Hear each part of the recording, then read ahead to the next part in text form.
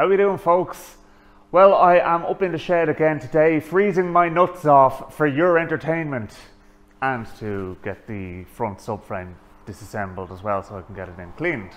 But anyway, basically yes, that is what I'm doing today. I am stripping the front subframe to get it cleaned.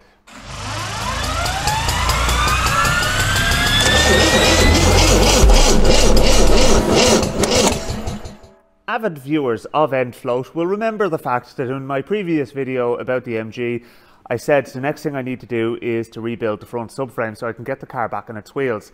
That is because I spectacularly shot myself in the foot by taking the car off its wheels before I got the chance to properly pressure wash and clean everything.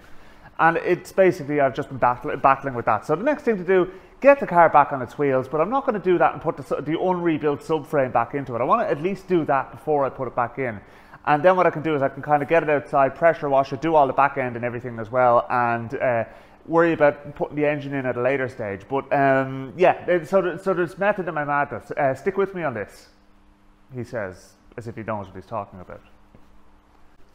Okay, so what I'm going to do is I'm going to actually go around every bolt shank that's sticking through a nut and just give it a little tidy up with the wire wheel. Of course, the battery is dead, so we're off to a good start. All right, we'll try that again. I'm not going too mad, and it's just so that it eases removal.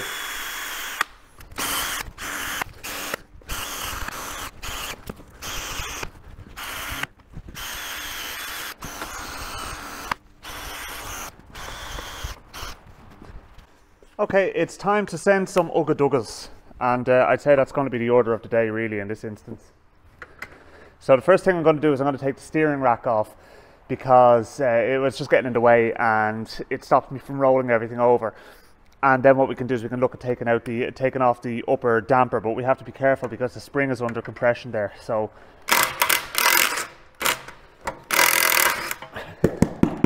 yeah, it scares me how easy some things come off on this car. Okay, so I have a ball joint splitter with me as well, so I'm going to use that.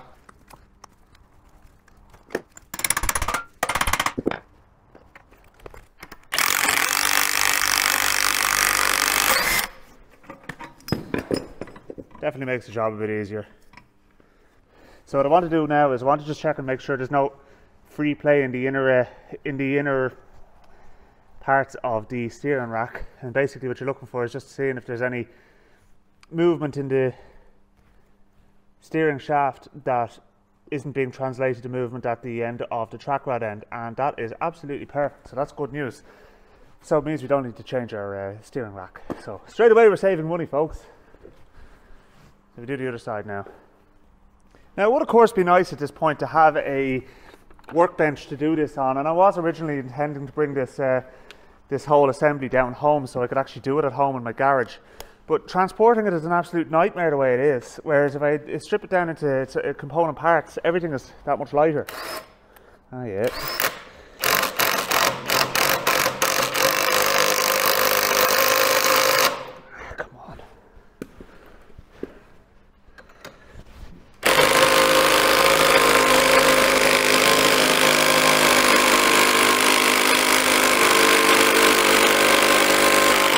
I would not fancy trying to undo that without a ball joint splitter, I can tell you.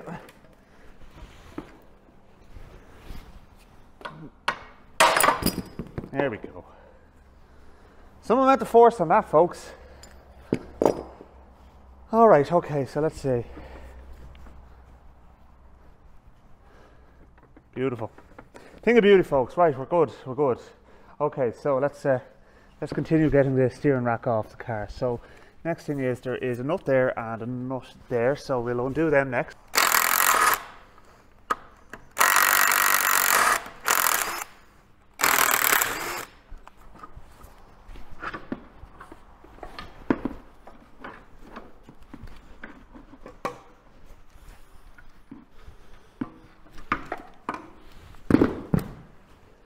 Alright, that's that out of the way. Now, next thing we're going to do is take off the Anti-Robar. Oh, get out.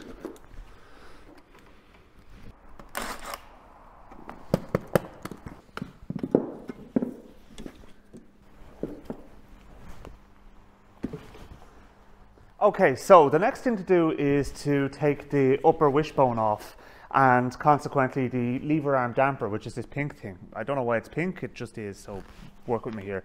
So anyway, what I'm trying to do is I want to basically jack up the bottom of the, like obviously the weight of the car is not on it, so you know I can't use the weight of the car to compress the spring.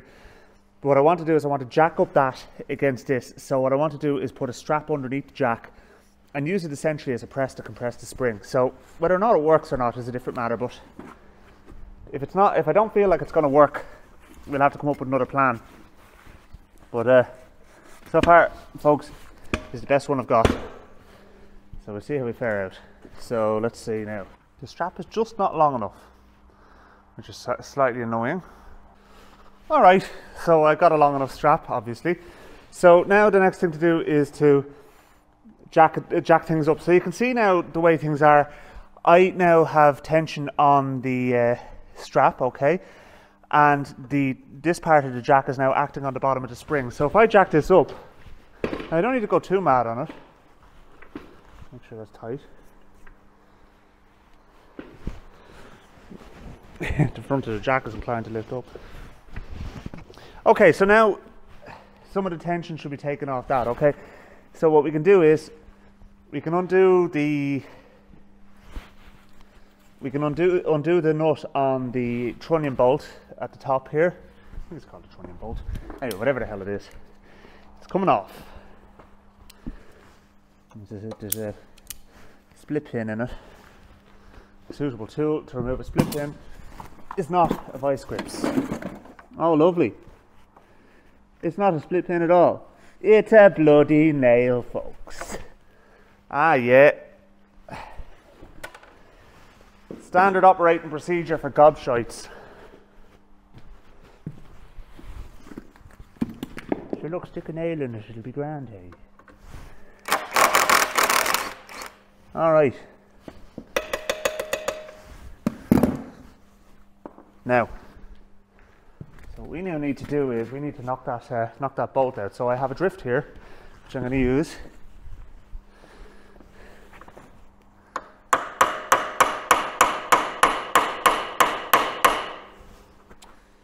Oh, here we go. Right, I'm going to take a bit more tension on the jack. See, what we don't want to end up doing is we don't want to end up mushrooming the bloody bolt in the hole. So what I could do instead is take the nut off the top of the trunnion, and that should let this all come up, and more gradually as well, so I'll still see if there's tension on it, because it'll be either coming up or not coming up. Okay, a 15/16 nut is what it is. It's coming off. I'm going to leave the nut on just loosely there, and I'll let some of the tension off the jack. I would have expected that would have gone down in there. All right, let's take the damper off the top.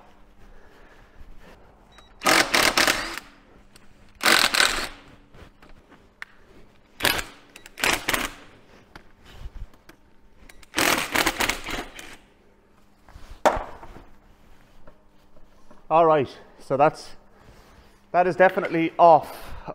So I'll pivot that up, and we'll let the tension off the jack now.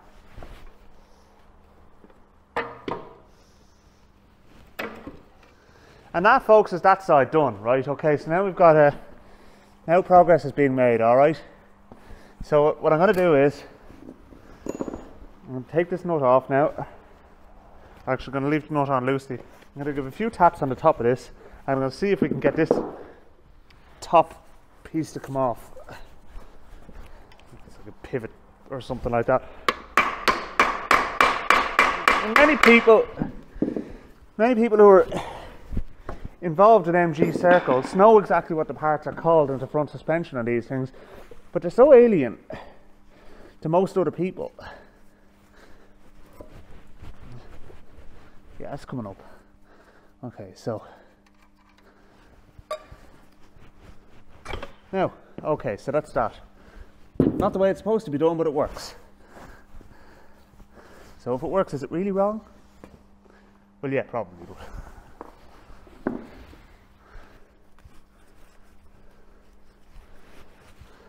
So I'm actually going to just cut that brake line. I have new ones. So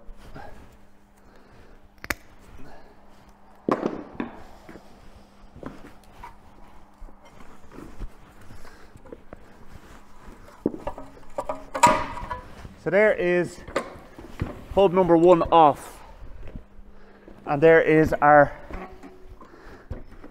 trunnion pin, such as it is. Alright, so now we need to take off the spring, which is in here. It's going to fight me, of course.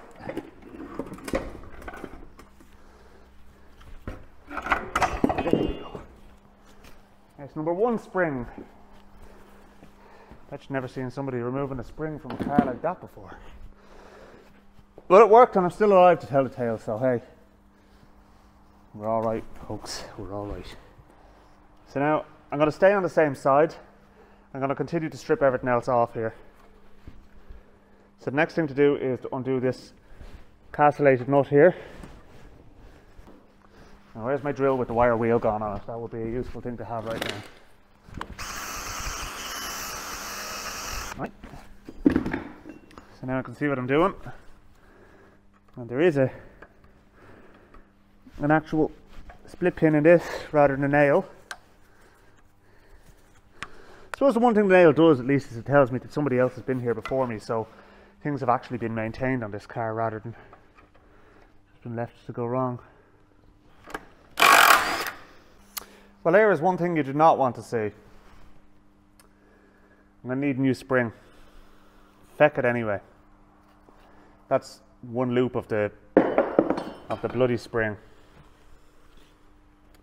Marvellous. Next thing that's going to be marvellous is getting that split pin out, because part of it is broken off. Now the top part is broken off, the split pin. There we go. Okay, we might be in business. Might be able to just get that out now. So, okay, we can get a socket on it now.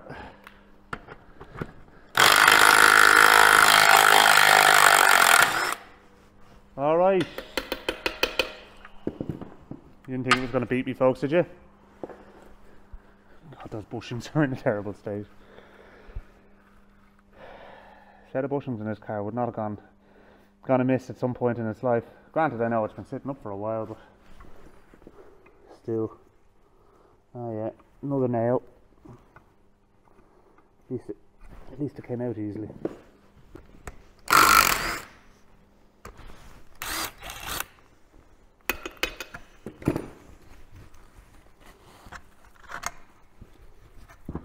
Alright, there's our trunnion out anyway. There's your trunnion there, love, is it alright? So, new bushings for that. Next thing we're going to do is we're going to clean them up. I'm going to take them off.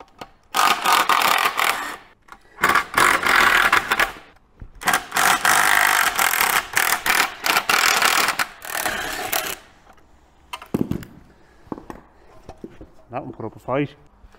Alright, so next thing to do is to take the spring tray off the lower wishbone, basically.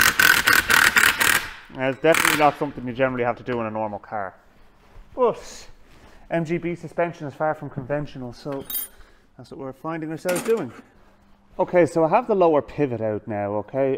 That was an absolute pain in the face, because those bolts that were actually holding the spring tray onto the bottom wishbone were seized solid, so no fun whatsoever. Anyway, right, that's taken apart. Obviously those bushes need to be replaced. They are coming apart in my hand. So that's absolutely fine, we knew that. So all bushes out. But what we want to do really is we want to make sure that there's no excessive wear on this. Now basically, to tell you the truth, I'm not going to go much beyond eyeballing it, but it's not excessively pitted, it's not bent. So I'm going to put that back into service. Seems to be a commonly wearing part from what I can tell of other people. They'll clean up all right as well, so that's fine. That's the Anti-Robar drop link, which will need to come off as well. But I wonder, will it just tap out, or am I going to need to resort to brute force and ignorance? No, brute force and ignorance will be the order of the day on that one. So let's leave it where it is for the moment. And there's a bolt that is seized solid in there. Well, it came out so far and then just stopped. So they'll clean up. New bushings there, new bolts. And to be honest with you, what I'm going to do is I have some of the parts already, but I'm going to see if there's like a whole front suspension rebuild kit, and I'm going to just buy 2 new springs. You'd replace springs in pairs anyway. So springs need replacing. Actually, one thing I haven't checked, that is silly of me, is the damper. Is the lever arm damper in good condition? It's remarkably good, folks. So what I'll do is I'll change the oil in that, but otherwise I'm going to call that a win. That's good news. Leave that in the crate behind you there that I'm putting all the bits in. So yeah, so basically that's more or less one side done. The other thing as well is I think I might need new bump stops because that is just, they're just falling off. Maybe that's the way they're supposed to be. Anyway, look, they look well worn. So new bump stop as well. Ah yeah, it's obviously not supposed to be like that. All right, so bump stops. I have the bushings. I'm going to need to make a shopping list for this bloody thing. More expense. But anyway, that's what I got myself in for, folks. Paint up everything else. But yeah, basically the other side is going to be the same situation as far as disassembly is concerned. Let's just have one quick look at the hub. Get that out of the way. Now, I'll bring you over to the light here. So, the hub itself is this bit in the back, obviously. The wheel bearing is actually fine, but I have new wheel bearings for it. I have to take the calipers apart. I have caliper rebuild kit for it. The trunnion pin doesn't look excessively worn, which is nice. It's about the only thing that bloody well isn't. Oh, well, I suppose I should be positive about these type of things, to be honest with you. It's not that bad. I need to get that bolt in the top pivot that's stuck in as well. I have to get that removed. New brake discs, new pads. So it's actually quite a bit of work involved in doing this. And to be honest with you, stripping the whole front subframe is actually taking an awful lot more time than I thought it was going to. So I'm actually going to leave it there, folks, because I need to get down home. So what I'll do is I'll actually strip and clean the rest of this myself, and I'll come back to you when it's done.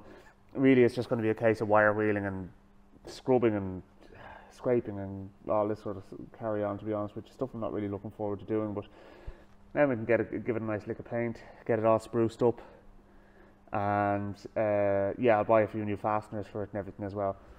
Okay, so it's actually the following day now, because I started to get very sweary indeed trying to disassemble this front subframe. It was wrecking my head. So I decided, you know what, I've done as much as I can today. I'm going to walk away and I'm going to tackle it again tomorrow. So I kind of got over a little bit more of the sort of sweary stuff while I was off camera just before I left yesterday. So yeah, let's see where we're at. So I kind of just fecked the front subframe underneath the front of the car, because I was kind of in packing up mode and I'd had enough. But yeah, there it is there anyway. You can see that I've got both springs removed now at this stage, so that kind of puts me ahead of the game a little bit. At least that's the theory anyway. And then I have a box of bits that I have removed so far. The good news is that both dampers seem to be in good order, so that's a money saver straight away. Most of the parts that I need to replace are basically, I don't want to say kit items, but there's no kind of major components I have to replace. It's all just fiddly bits. And when all of this is cleaned up, I'll be able to assess everything properly.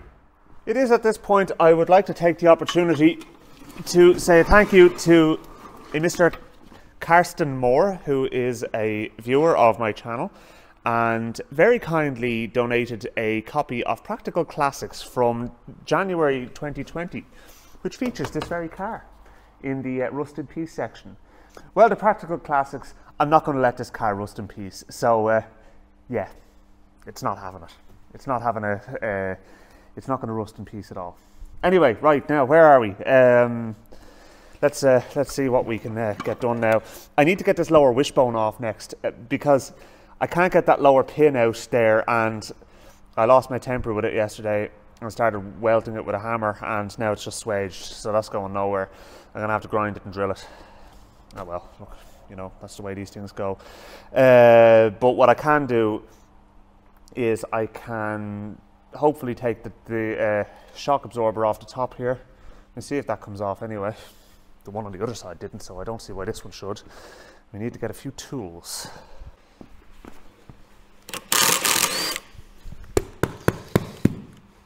Yeah, the nut came out easily, but that doesn't necessarily mean that the bolt is going to come out after having removed the nut. So next I need my bait and stick, a hammer.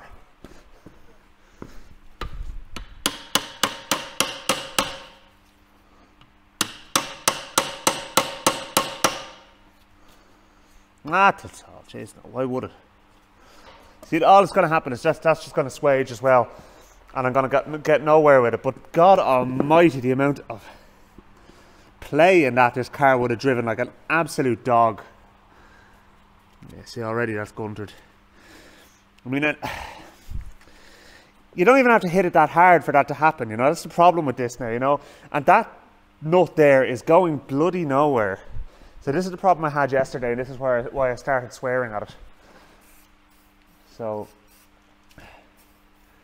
unfortunately, I've no particular way of applying heat up here in this shed, and I'd be a little bit wary of doing that just simply because of the nature of the building I'm in. So, yeah, a fire would be a most undesirable thing to happen here. I don't have a deep 15-16 socket, so I'm a little bit stuffed in that regard. What I have is a ring spanner. And again, the situation is I could take this nut off, and there's no guarantee that the pin will actually come out. So, right, the old trick of linking spanners hopefully will work for me. Come on. Oh, there we go. See what I mean about just coming back at it fresh the following day? Sometimes you just have to do that. Tremendous smell of cow shit in here. God almighty. It's not off me before anybody asks. Yesterday, I spent a good about 15 minutes trying to get a nut that was stuck in my 1/2-inch deep socket out. And that was the type of thing I was up against, so yeah. One of the few reasons why I was kind of saying, you know what, to hell with this, I'm going home. I'm getting fought at every turn, folks, I really am. I know what's going to happen is I'm going to try and take those nuts off down there to take the lower wishbone off, and they're not going to come out either. Then I'm really stuffed. Well, all I'll say is thanks be to Jesus, manufacturers are not using this epoxy suspension system anymore.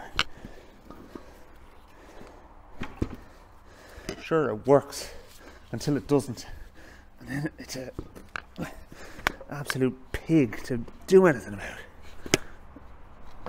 Oh.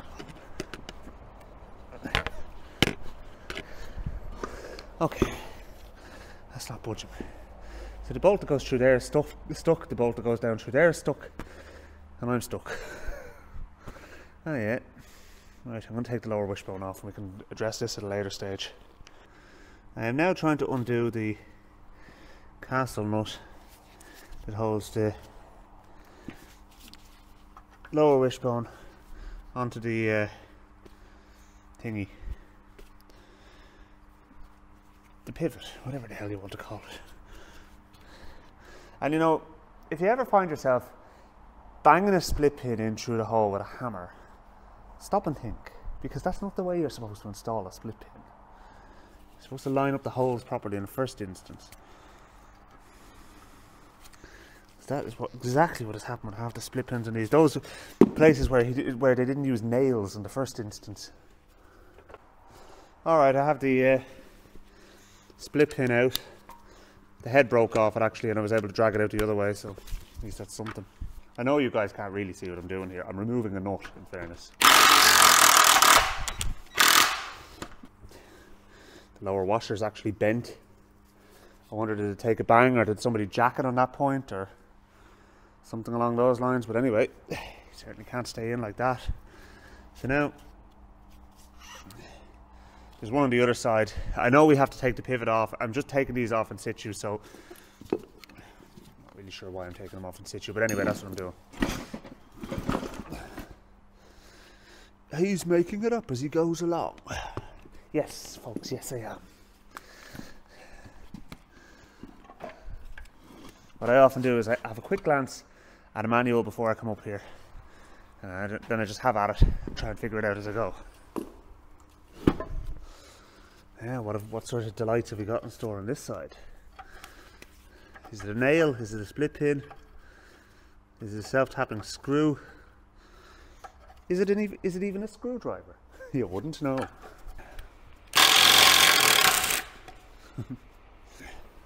For those of you not familiar with MG suspension, or this type of suspension, there's no ball joints. It's a pivot pin that runs from the lower wishbone to the upper wishbone, and instead of a telescopic damper, they have this arrangement that has two pistons in it with oil that's transferred between the two through a valve which regulates it. As I said, it does work.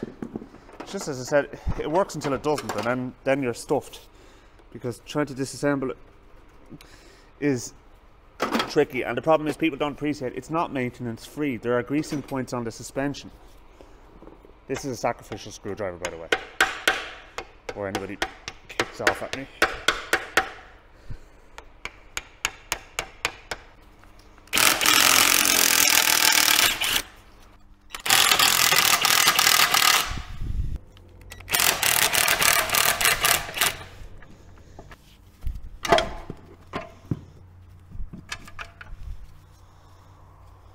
Alright, so that is the left hand wishbone free. I think it is left hand. It doesn't really matter, one of the wishbones is free now anyway. So I'm going to cut the brake line like I did on the other side, because I'm certainly not going to be reusing them. The subframe is basically disassembled. I'm going to take the bump stops off it as well, because I'm going to be changing them, so I may as well do that now. Okay, so as you can see, the front subframe is now disassembled. It was not as easy a task as I was hoping it would be, but I got there in the end. Well, more or less. As I said, I'm going to just see what I can do with the lower wishbone from the other side now. Just try and strip it down into its component parts, get everything cleaned up, and then we'll assess the situation. I need to put a shopping list together. There's rebuild kits available, but see, the thing about it is I already bought some of the stuff that I was going to need. So I have some bushings, I have some bits and pieces, I have new brake discs, wheel bearings, I have a brake caliper rebuild kit. So yeah, I think I'll probably use some of that and then maybe mix and match whatever else I need. I'll probably just get it all cleaned, lay it out on the garage floor, and have a look and see where I go from there. But yeah, I mean, look, first things first, clean it, because it's pretty piggy. There's big clumps of dirt still falling off. I mean, this is after I pressure washed this. So, you know, I mean, now obviously I pressure washed it as an assembly and you weren't going to get in everywhere. But one of the things I have noticed, and it is a positive, is that there's not really any particularly nasty corrosion. I mean, it's all surface stuff. So, that's encouraging. Oh, we've also got some resident spiders and that.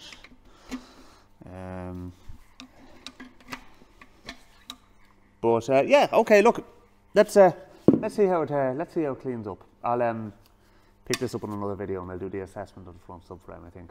So look, thanks for watching, folks, and I'll chat to you soon. Please don't forget to like and subscribe.